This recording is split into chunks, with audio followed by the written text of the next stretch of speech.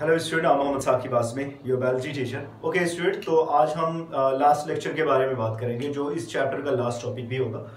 इस चैप्टर में ऑलमोस्ट हमने सारी चीज़ों को देख लिया, शुरू से लेकर लाइफ प्रोसेस वाला जो चैप्टर चल रहा है उसके बारे में मैं बात कर रहा हूँ।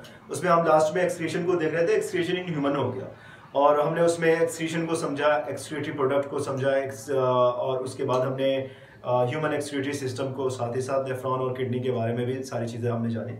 अब जो हम बात करने जा रहे हैं वो एक्सक्रीशन इन प्लांट है। प्लांट जो होता है ना, प्लांट का जो स्ट्रक्चर होता है वो लेस कॉम्प्लेक्स होता है एज कम्पेयर टू ह्यूमन। अगर आप ह्यूमन की बॉडी से कंपेयर कराएंगे तो ह्यूमन जो है ना काफ़ी कॉम्प्लेक्स स्ट्रक्चर होता है, बहुत डिफिकल्ट स्ट्रक्चर होता है। हमारे पास हर काम को परफॉर्म करने के लिए, हर वर्क को, हर फंक्शन को परफॉर्म करने के लिए, इफिशिएंटली परफॉर्म करने के लिए हमारे पास रिप्रोडक्टिव सिस्टम है, हमारे पास एक्सक्रीटरी सिस्टम है, डाइजेस्टिव सिस्टम है, रेस्पिरेटरी सिस्टम है, ढेर सारे सिस्टम है। आप अपने उसमें पढ़ सकते हैं, ढेर सारे ऑर्गन सिस्टम हमारी बॉडी में प्रेजेंट है। और बट प्लांट के पास ऐसा कुछ है नहीं। प्लांट के पास बहुत सिंपल सा स्ट्रक्चर होता है जिससे वो एक्सक्रीशन को परफॉर्म करते हैं। अभी पहले हम एक्सक्रीशन को समझते हैं, क्योंकि कुछ दिन से मेरे लेक्चर आ नहीं रहे थे क्लास 10th के, बट इस लेक्चर को लेकर मैं इसे कंप्लीट करूंगा। बहुत सारे स्टूडेंट ने लेक्चर को देखा, उन्होंने अप्रिशिएट किया। हाँ, एक स्टूडेंट थी नशरा तब्रेज़, उसने कहा सर मुझे तो कुछ समझ ही भी नहीं आया पिछले लेक्चर में। देखो, पढ़ते टाइम व्हाट्सएप नहीं चलाते। अगर पढ़ते टाइम व्हाट्सएप चलाओगे तो चीज़ें नहीं समझ में आएंगी। आराम से बैठो, क्या नाम है, नशरा तब्रेज़, आराम से बैठो, चीज़ों को अच्छे से पढ़ो और सारी चीज़ें समझ में आएंगी इंशाल्लाह। तुम बहुत अच्छी स्टूडेंट हो, ठीक है। ओके, तो excretion in plant, let me right the topic, name of the topic, excretion in plants. तो मैंने कहा प्लांट्स का जो बॉडी स्ट्रक्चर होता है वो लेस कॉम्प्लेक्स होता है एज कम्पेयर टू ह्यूमन। तो उनके पास देखो एक्सक्रीटरी प्रोडक्ट क्या, एक्सक्रीशन समझ में आ रहा है?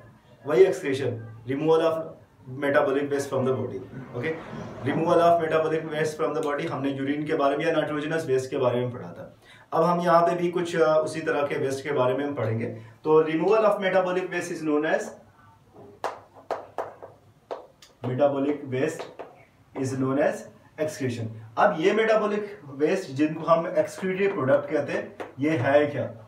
चलो इसको भी समझ लेते हैं। एक्सक्रीटरी प्रोडक्ट, अब प्लांट है, प्लांट के पास हमारी तरह यूरिया, अमोनिया और यूरिक एसिड तो बनता नहीं है उनके पास भी, लेकिन कुछ सिंपल टाइप के वेस्ट प्रोडक्ट बनते रहते हैं, उनको हम समझ लेते हैं। देखो, जैसे ड्यूरिंग फोटोसिंथेसिस के बारे में बात करते हैं।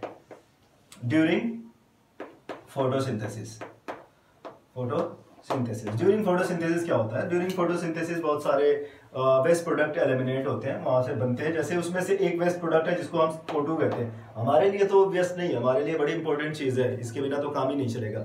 लेकिन प्लांट के लिए ये वेस्ट है, उनको तो CO2 चाहिए। उन्होंने फोटोसिंथेसिस कर लिया, देखा कि O2 बना, उसको कहा कि ये हमारे लिए जरूरी नहीं है, इसको बाहर निकालो। उन्होंने O2 को रिलीज कर दिया, बाहर जनरेट कर दिया, बाहर निकाल दिया। अब कहाँ से बाहर निकाला?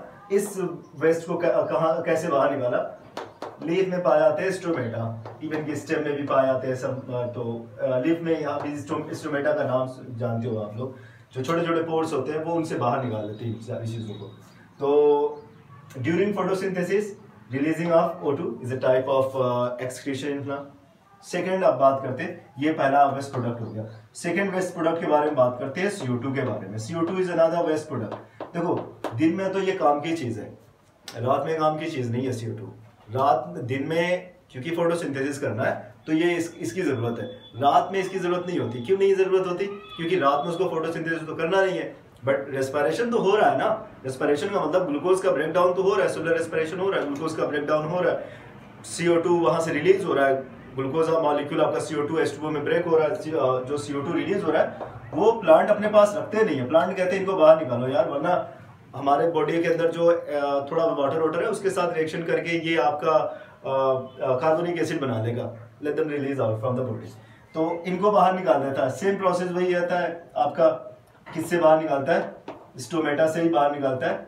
और इस प्रोसेस को आपको मालूम है, इनको हम रेस्पिरेशन या सेलुलर रेस्पिरेशन कह सकते हैं, ठीक है। ये फोटोसिंथेसिस में बाहर निकला, ये रेस्पिरेशन में बाहर निकला। हाँ, अगर प्लांट के पास एक्सेस वाटर हो जाए, वाटर ज्यादा हो जाए, तो ये कैसे निकालेगा इसको बाहर? रास्ता तो वही है, स्टोमेटा। लेकिन उस चीज को बाहर निकालने के लिए ये क्या करता है? ट्रांसपिरेशन में होता है। ट्रांसपिरेशन का मतलब रिलीजिंग ऑफ वाटर और loss of water from the surface of the leaf. Leaf के सरफेस से जो वाटर का रिमूवल होता है, वाटर जो निकलता है, लॉस ऑफ वाटर होता है, उसी को कहते हैं ट्रांसपैरेशन। तो ट्रांसपैरेशन से ये एक्सेस वाटर को, एक्स्ट्रा वाटर को अपनी बॉडी से बाहर निकाल देता है। देखो कोई भी बॉडी होती है उतनी ही चीज़ों को अंदर रखेगी जितनी की ज़रूरत होगी। उन चीज़ों को क्यों अंदर रखे भाई जिसकी ज़रूरत ही ना हो। हम घर में भी वही काम करते हैं ना, जिन चीज़ों की ज़रूरत होती है उन्हीं चीज़ों को रखे रहते हैं, जिन चीज़ों की ज़रूरत नहीं रहती तो उनको बाहर निकाल देते हैं कि इनको यार हटा दो यहाँ से, क्या फालतू का जगह उसने घेर के रखा हुआ है। तो ठीक वैसे ही प्लांट्स भी वैसे ही करते हैं, हमारी बॉडी भी वैसे ही करती है। एक्स्ट्रा चीज़ों को हमारी बॉडी नहीं करती। आप ढेर सारा पानी पी लोगे ना, बॉडी को जितनी ज़रूरत है उससे ज़्यादा पानी पी लोगे ना, बार बार बाथरूम जाना पड़ेगा। क्यों? उसको ज़रूरत ही नहीं है बॉडी में। बॉडी कहेगी इसको जल्दी से बाहर निकालो, यार इसकी ज़रूरत ही नहीं है। उसी तरह से वही चीज़ यहाँ पे भी है, ठीक है। H2O आपका है, प्लांट में ज़्यादा हो गया, उसने ट्रांसपैरेशन किया, स्टोमेटा के रास्ते उसे कहा कि बाहर निकाल दो, बाहर निकल गया। स्टोमेटा के बारे में आपने पढ़ा हुआ एकदम स्टार्टिंग से ही, मैंने इसके बारे में बताया था। गार्ड सेल से घिरे हुए वो छोटे छोटे पोर्स होते हैं जहाँ से ये सारी चीज़ें बाहर निकलती हैं। ओके, नेक्स्ट कुछ और वो नाइट्रोजनस वेस्ट है और कुछ और मेटाबॉलिक वेस्ट है जिनमें आपका जिनको हम सेकेंडरी मेटाबोलाइट भी कहते हैं, क्योंकि हम इनका ये डायरेक्टली इन्वॉल्व नहीं होते किसी मेटाबॉलिक रिएक्शन में। वो छोड़ो, सीधे सीधे टॉपिक पे आते हैं। कुछ मेटाबॉलिक वेस्ट है जैसे रेजिन्स,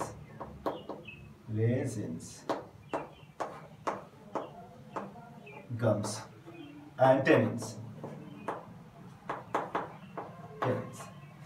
ये कुछ मेटाबॉलिक वेस्ट है जिनको हमारी बॉडी बाहर निकाल, सॉरी हमारी बॉडी नहीं, प्लांट की बॉडी बाहर निकाल देती है।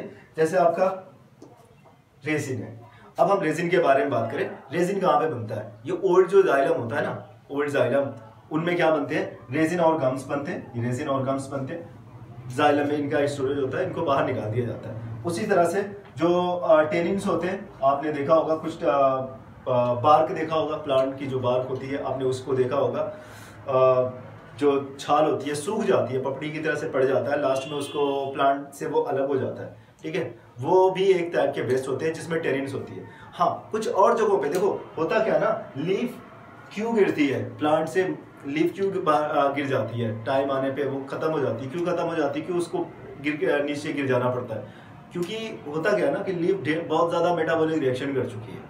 अब इतने ज़्यादा उसने मेटाबॉलिक रिएक्शन किए हुए तो उसमें ढेर सारे मेटाबॉलिक वेस्ट का डिपोजिशन भी हुआ होगा, ढेर सारा कलेक्शन भी हुआ, अक्यूमुलेट हो गए होंगे कार्बन डाइऑक्साइड और पता नहीं कौन कौन से एसिड उनके अंदर बन गए होंगे।